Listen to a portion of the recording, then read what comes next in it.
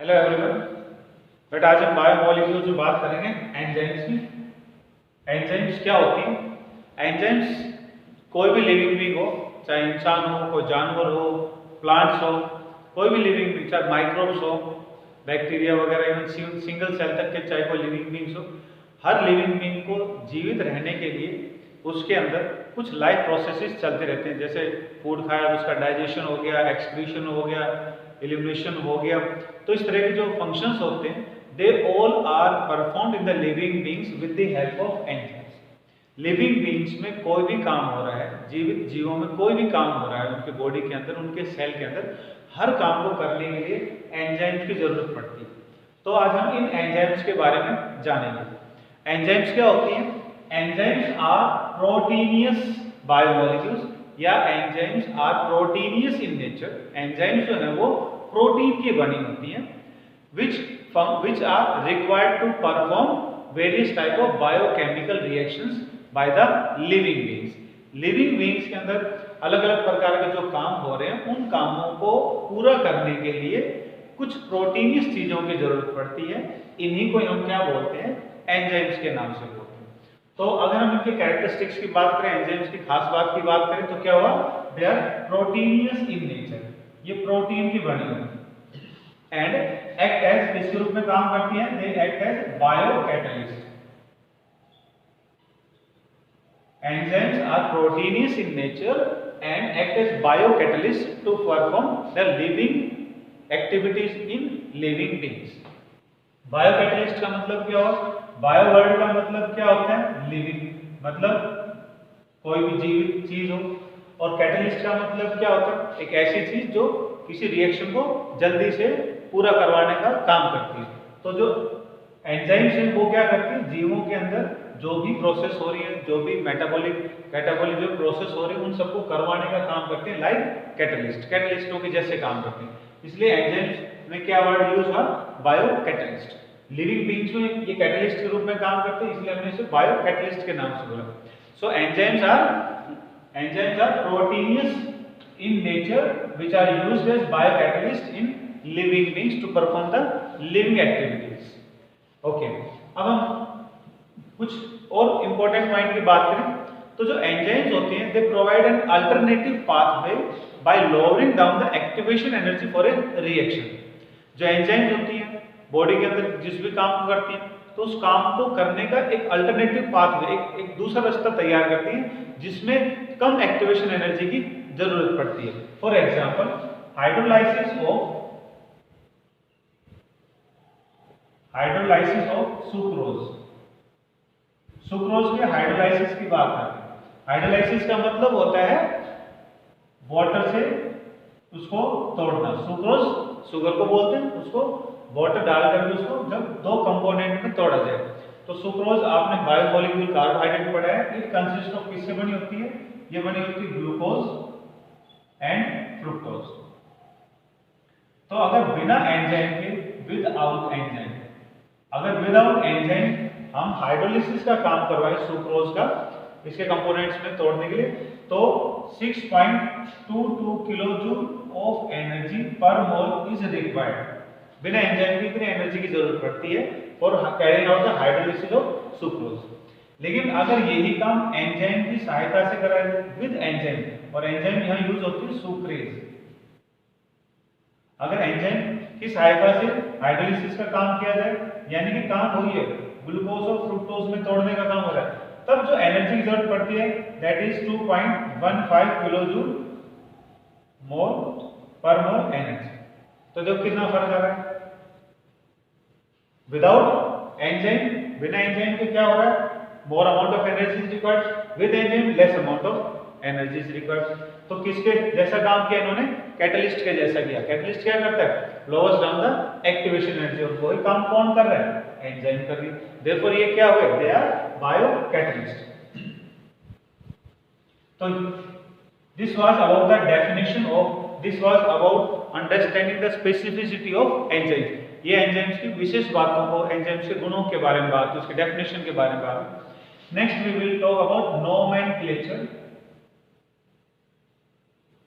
Nomenclature of enzymes. Enzymes की nomenclature की बात करेंगे। नोमेनक्लेचर का मतलब होता है नेमिंग, नाम रखना। एंजाइम्स का नाम बताना, नाम लिखने का तरीका।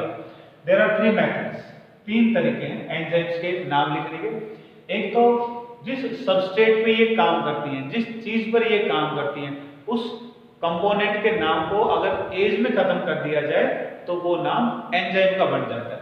यानी कि अगर हम सफिक्स एज यूज करें, सफिक्स एज को यूज करें किसके साथ में, विद सबस्ट्रेट के नेम के साथ में, substrate name,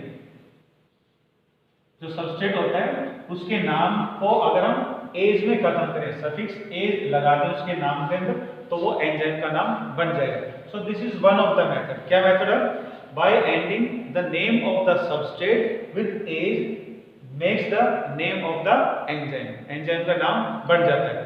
for example maltose, maltose एक कार्बोहाइड्रेट है, इसे हाइड्रोलाइज करके ग्लूकोज में कन्वर्ट करने का जो काम होता है, that is by the enzyme जो इसके ऊपर काम कर रही है, उसी के आधार पर इसका नाम बन जाएगा। माल्टोज पे जो एंजाइम काम कर रही है, इसी नाम को एज में खत्म करो तो नाम बन जाएगा माल्टेज, ASE।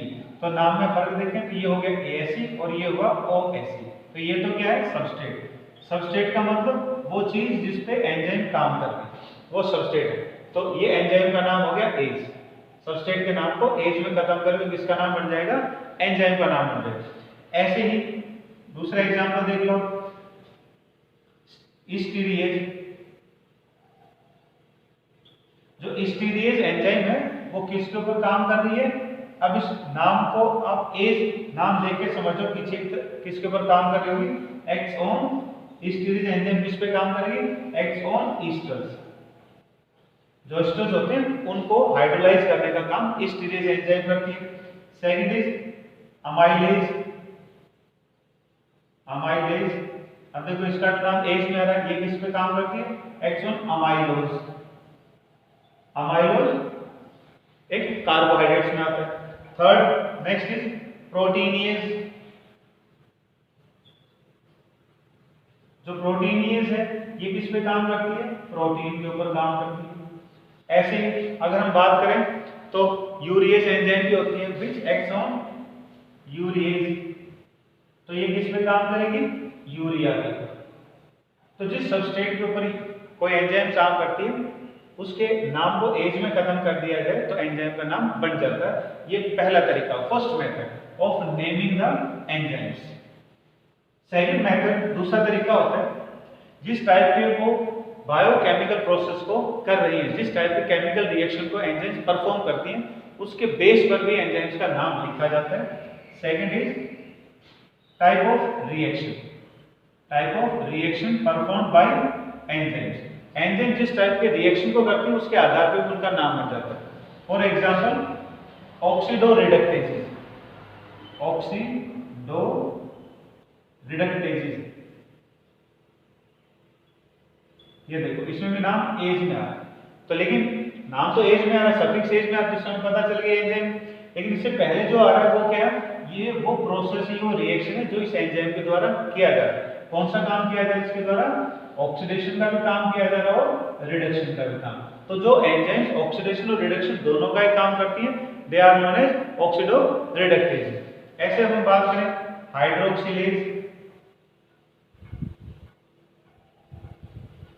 हाइड्रोक्सिलेज ये कौन सी एंजाइम्स होंगी जो कौन सा काम करवाएंगी? हाइड्रोलाइसिस वाला।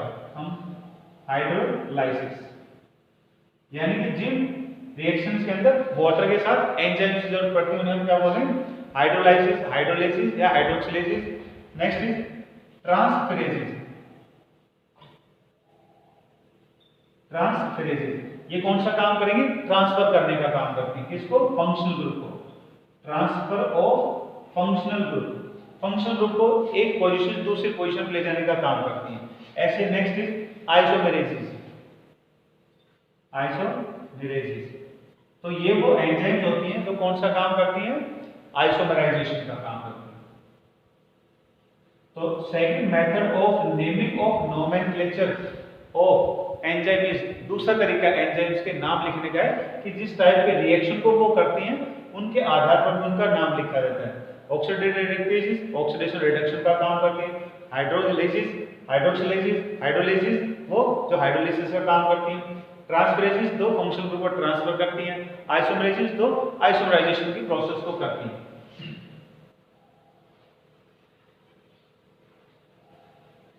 तो ये हुआ इनकी नोमेनक्लेचर के बारे में।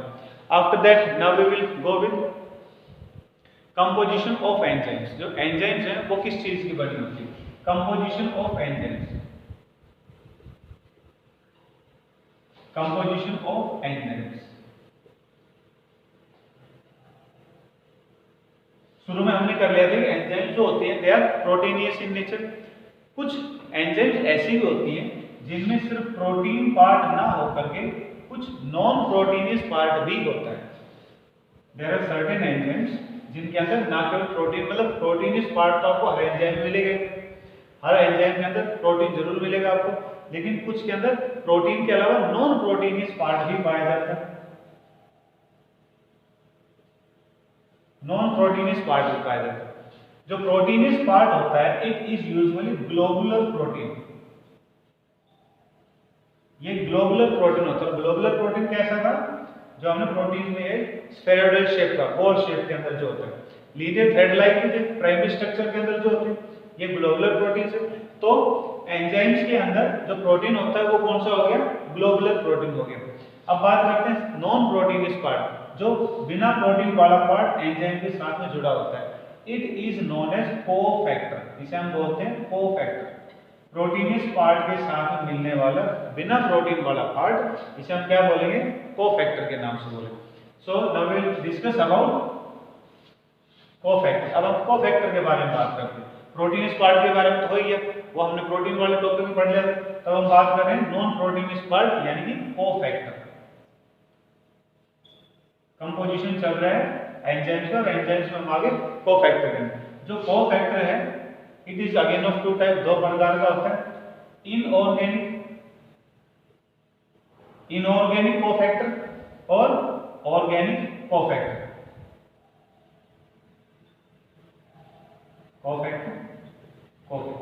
इनऑर्गेनिक कोफैक्टर में क्या होते हैं? इनऑर्गेनिक कोफैक्टर के अंदर मेटल्स आयंस आर प्रेजेंट। जो मेटल आयंस लिविंग बींग्स में होते हैं, लाइक कॉमन है आयरन आयन हो गया, मैंगनीज आयन हो गया, मैग्नीशियम आयन हो गया, कैल्शियम आयन हो गया, कॉपर आयन हो गया। दे आर ऑल क्या हो गई? Inorganic cofactors. यानी कि अगर हम बनाएं ये प्रोटीनियस पार्ट हो गया, तो इसके साथ में जो नॉन प्रोटीनियस पार्ट है, इन केस अगर इनकी बात आ जाए तो ये क्या हो जाएगा? लाइक एग्जांपल हमने आयरन को ले लिया, तो now this whole of the compound, ये दोनों चीज जुड़ के तभी क्या बन गए? एंजाइम बन गया। ये कंप्लीट एंजाइम। तो एंजाइम दो पार्ट, प्रोटीनियस पार्ट और नॉन प्रोटीनियस पार्ट, और दोनों ही मिलकर के फिर क्या बना रहे हैं? एक कंप्लीट एंजाइम को बनाने का काम कर रहे हैं। ऑर्गेनिक कोफैक्टर में आ जाए तो organic cofactors are also categorised into two parts. Organic के जो कोफैक्टर हैं इनको हम दो पार्ट्स में डिवाइड करते हैं, coenzymes and prosthetic groups. Prosthetic group हम कैटेगरी क्या चल रही है हमारी? हम कर रहे हैं कोफैक्टर्स। कोफैक्टर दो टाइप के, इनऑर्गेनिक और ऑर्गेनिक। इनऑर्गेनिक के अंदर मेटल आयंस होते हैं। अब ऑर्गेनिक के अंदर तो कार्बन चेन मिलेंगे। अब तो कार्बन चेन दो टाइप की हो जाती है, कोएंजाइम्स एंड प्रोस्थेटिक ग्रुप के नाम से। Coenzymes and prosthetic group. Coenzymes जो होती हैं they are loosely held to enzyme. ये बहुत धीरे से, मतलब कोई ज्यादा बड़ा स्ट्रॉन्ग बॉन्ड नहीं होता है इनके बीच में, और ये आसानी से टूट भी जाते हैं। यानी कि ये प्रोटीनियस पार्ट है, तो इसके साथ मिलने वाला ये जो कोफैक्टर है, मान लो कोफैक्टर को हमने C से रिप्रेजेंट किया, तो इन दोनों के बीच में जो बॉन्ड है वो बहुत ही वीक होता है और ये आसानी से टूट के अलग भी हो जाता है। जो कोफैक्टर इनके साथ में पाया जाता है या कोएंजाइम वाला जो पार्ट पाया जाता है, इट इज यूजुअली विटामिन। ये विटामिन होते हैं, like vitamin B1, like vitamin B2, और ऐसे ही लाइक विटामिन B3। ये हो गई। तो विटामिन B1, B2, B3 ये क्या है? They are coenzymes, they are loosely held to the enzyme and can be easily separated by hydrolysis method. One prosthetic groups जो होते हैं, प्रोस्थेटिक ग्रुप्स जो होते हैं दे आर स्ट्रांगली, ये इनसे बिल्कुल अपोजिट हो जाते हैं, they are strongly held to the enzyme. ये प्रोटीनियस पार्ट हो गया, इसके साथ में जो प्रोस्थेटिक ग्रुप होगा, मान लो प्रोस्थेटिक ग्रुप को हमने पीछे, तो इनके बीच में जो बॉन्ड होगा वो कैसा होगा? स्ट्रॉन्ग बॉन्ड होगा, और ये कंप्लीट मिलकर क्या बन गया? एंजाइम। तो ये बॉन्ड हो गया इनके बीच का स्ट्रॉन्ग बॉन्ड, इनको आसानी से अलग नहीं किया जाता। और जो इनके अंदर जो कंपोनेंट यूज होते हैं as prosthetic group, they are also vitamin like biotin. ये बायोटिन जैसे ये विटामिन बी कॉम्प्लेक्स का पार्ट होता है बायोटिन, तो ये एक प्रोस्थेटिक ग्रुप को बनाने का काम करता है। तो ये बात हुई हमारी कंपोजिशन ऑफ एंजाइम्स को लेकर। अब हम कंपोजिशन की जब हम बात करें तो we can call enzyme like this, कि उसके अंदर क्या हुआ? एक तो प्रोटीनियस पार्ट है, एक नॉन प्रोटीनियस पार्ट है, और दोनों ही मिलकर के फिर क्या बनाते हैं? एंजाइम को बनाते हैं। इन बायो के अंदर जो प्रोटीनियस पार्ट होते हैं they are known as apoenzymes. Bio के टर्म्स में अगर हम बात करें, जो प्रोटीनियस पार्ट होता है एंजाइम का उसे बोलते हैं एपोएंजाइम, और जो नॉन प्रोटीनियस पार्ट है उसे बोलते हैं cofactor, is known as cofactor. और जब ये दोनों ही चीज जुड़ करके जब एंजाइम को बनाते हैं तो उस एंजाइम को we call it as holoenzyme, holoenzyme. तो ये इसका नाम है, यानी कि होलो एंजाइम के एक प्रकार से एंजाइम का ही बायो के अंदर दूसरा नाम है। जो प्रोटीनियस पार्ट है उसका नाम हो गया एपोएंजाइम, और जो नॉन प्रोटीनियस पार्ट है उसका नाम क्या हो गया? कोफैक्टर। अब हम बात करते हैं इसके अंदर deficiency diseases caused due to deficiency of enzymes. Enzyme की कमी के कारण होने वाली कुछ बीमारियों के बारे में बात करते हैं। डिजीज, पहली बीमारी जो एंजाइम की कमी से होती है दैट इज PKU। पूरा नाम इसका फिनाइल कीटो यूरिया। ये जो फिनाइल कीटो यूरिया है ये एक एंजाइम है, ट्रायोसिन उसकी कमी के कारण होता है। Tyrosine enzyme, this is an enzyme. अगर ये एंजाइम, इस एंजाइम की कमी हो जाए तो ये PKU नाम की डिजीज पाई जाती है। ये जो डिजीज होती है it is found in small childs, जो छोटे बच्चे होते हैं उनके अंदर पाई जाती है, and it is a congenital disease. ये कॉन्जेनिटल डिजीज है। कॉन्जेनिटल डिजीज का मतलब होता है जो बाय बर्थ, जन्म से होती है। तो बाय बर्थ जो डिजीज उसको क्या नाम हो गया? Congenital disease. और वो कौन सी है? PKU, फिनाइल कीटो यूरिया। तो ये बीमारी किसकी कमी से हो रही है? ट्रायोसिन नाम की, ट्रायोसिनेज नाम की एंजाइम की कमी कारण हो रही है, और ये बच्चों में होती है कॉन्जेनिटल डिजीज होती है। What happens in this case? इस बीमारी में होता क्या है? फिनाइलएलेनाइन नाम का प्रोटीन जो होता है वो इस एंजाइम के कारण से टायरोसिनेज एंजाइम के कारण से इट इज कन्वर्टेड टायरोसिन,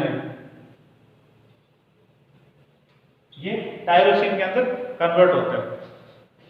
लेकिन जब ये एंजाइम नहीं होती है then it is converted to, अगर ये एंजाइम नहीं हो then it is converted to phenyl pyruvate.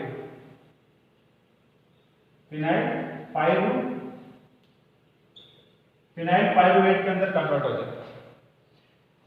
Body के अंदर, बच्चों की बॉडी के अंदर फिनाइलएलेनाइन और फिनाइल पाइरुवेट अगर बॉडी में बढ़ जाता है, अगर ये एंजाइम नहीं होगी तो इसका डाइजेशन नहीं होगा, ये अपने रिस्पेक्टेड कंपोनेंट में कन्वर्ट नहीं हो पाएगी, तो बॉडी के अंदर फिनाइलएलेनाइन और फिनाइल पाइरुवेट जैसी ये कंपोनेंट इकट्ठे होने शुरू हो जाते हैं और ये ब्रेन के अंदर पहुंच जाते हैं। ये ब्रेन के अंदर एक्यूमुलेट होना शुरू हो जाते हैं, इकट्ठा होना शुरू कर देते हैं, जिसके कारण से ब्रेन डैमेज जैसी सीवियर डिजीज बच्चों के अंदर देखने को मिलती है। इट कैन बी ट्रीटेड, अगर शुरू में ही PKU इंटॉलरेंस की बातों को बच्चों में देख लिया जाए तो इस बीमारी को शुरू में ही रोका जा सकता है। Second disease is albinism. Second disease है albinism.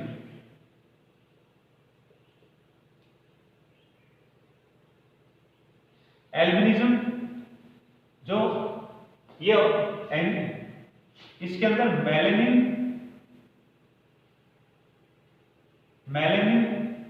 का रोल होता है।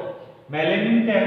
ये एक पिगमेंट है, ये ब्लैक कलर का पिगमेंट होता है और जो स्किन के अंदर पाया जाता है। मेलानिन एक पिगमेंट है जो स्किन के अंदर पाया जाता है। टायरोसिनेज नाम की एंजाइम का इसमें काम होता है। Due to deficiency of this disease, इस एंजाइम की कमी के कारण से enough melanin is not produced in the body. Melanin की कमी हो जाती है, ब्लैक पिगमेंट की शरीर के अंदर या स्किन के अंदर कमी हो जाती है। और ऐसे केस में जब ये ब्लैक कलर का पिगमेंट मेलानिन नहीं होगा तो स्किन जो होती है it becomes white. Skin and hair becomes white, ये चीजें वाइट हो जाती है। And the person having low amount of melanin is known as albinism. जिनके अंदर मेलानिन की कमी होगी या वाइट हेयर और वाइट स्किन होगी, इसे हम एल्बिनिज्म के नाम से बोलते हैं। और ये एल्बिनिज्म जो होती है, such persons with albinism are more prone to the disease of ultraviolet radiations cancer. Ultraviolet radiation जो कैंसर होती है उनसे एल्बिनिज्म वाले लोगों में ये बीमारी ज्यादा फैलने का डर होता है। Third is use of enzymes. जो एंजाइम है इसका एक बहुत अच्छा यूज भी होता है टू प्रिवेंट हार्ट अटैक्स। जो हार्ट अटैक होते हैं उनको रोका जा सकता है बाय द एंजाइम स्ट्रिप्टोकाइनेज।